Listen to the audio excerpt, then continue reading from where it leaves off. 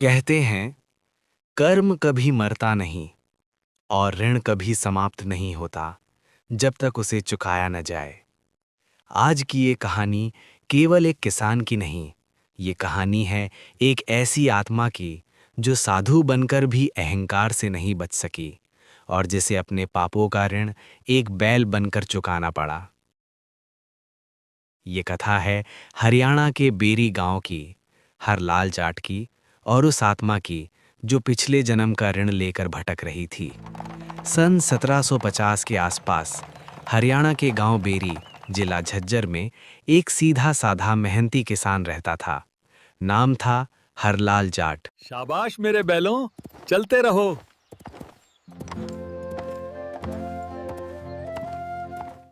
हरलाल केवल किसान नहीं था, वो धार्मिक, दयालु और संत सेवी था। उसका पूरा परिवार भक्ति और संस्कारों में विश्वास रखता था। एक दिन गांव की चौपाल पर एक भगवा वस्त्रधारी साधु आकर रुका। उसने सत्संग करना शुरू किया, मीठी बातें बोली और खुद को त्यागी बताया। हम सभी एक ही चेतना का हिस्सा हैं।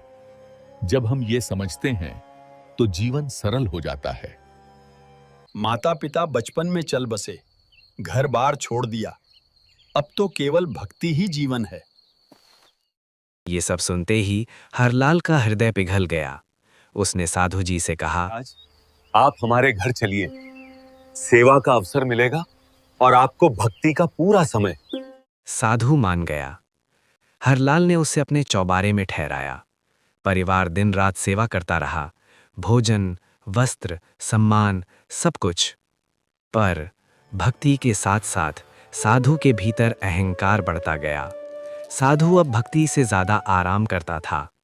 कुछ वर्षों बाद वो साधु बीमार पड़ा और एक दिन शरीर छोड़ गया। हरलाल ने पूरे विधि विधान से उसका अंतिम संस्कार किया और खेत में उसकी समाधि बनवा दी। हरलाल को लगा उसने एक महान संत की सेवा की है, पर सच अभी प्रकट होना बाकी था। हरलाल बैलगाड़ी से मंडी माल ढोता था। उसके पास 2 बैल थे, एक का नाम धनीराम और दूसरे का नाम रोशन।